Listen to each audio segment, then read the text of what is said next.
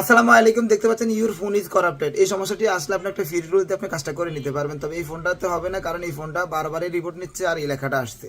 তো এটার জন্য আপনাকে যেটা করতে হবে সেটা হচ্ছে ফ্লাশ করতে হবে। কোন ফাইল দিয়ে ফ্লাশ করবেন, কীভাবে ফ্লাশ করবেন, কন্টিনিউ করতে থাকবেন। তো মোবাইলটা হচ্ছে রেডমি 9 প্রাইম।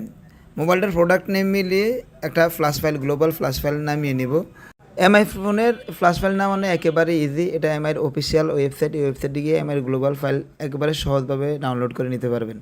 তো এখান থেকে একটা ফাইল ডাউনলোড করে নেওয়া হয়ে গেলে ওই ফাইলটা আবার এক্সট্রাক্ট করে নিব। এক্সট্রাক্ট করে রেখে দিয়ে আনলক টুল ওপেন করে নিব। তো মনোযোগ সহকারে আনলক টুল দিয়ে ফ্লাশ টুলের স্টেপগুলো দেখুন। প্রথমে আমরা মিডিয়াটেকের ফোন, মিডিয়াটেক সিলেক্ট করে নিয়েছি। এখানে সিলেক্ট ফাইলে এসে জাস্ট আমি এক্সট্রাক্ট করা সেই স্কেটার ফাইলটি এখানে লোড দিয়ে দেবো। স্কেটার ফাইলটি আমার আগে থেকেই দেখতে পাচ্ছেন এক্সট্রাক্ট করা ছিল।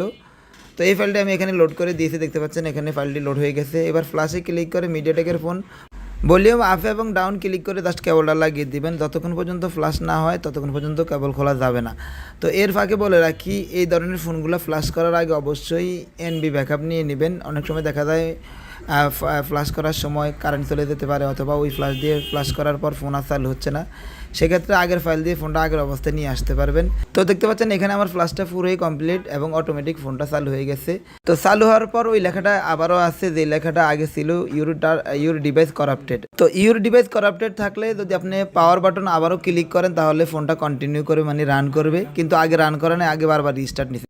তো এখন যেহেতু আর রিস্টার্ট নেই তাহলে সফটওয়্যার আমার কাজটা কমপ্লিট হয়েছে। তবে ওই যে ইউর ডিভাইস ইজ করাপ্টেড লেখা যায় না, তার জন্য একটা সহজ সমাধান আছে, যেটা কিনা করতে পারবেন একটা ফ্রি টুলস দিয়ে। তো ফ্রি টুলস দিয়ে এই কাজটা কীভাবে করবেন এটা নিয়ে ফুল টোটাল একটা কমপ্লিট ভিডিও দেওয়া আছে, যে ভিডিওর লিঙ্ক আমার কমেন্ট বক্সে থাকবে।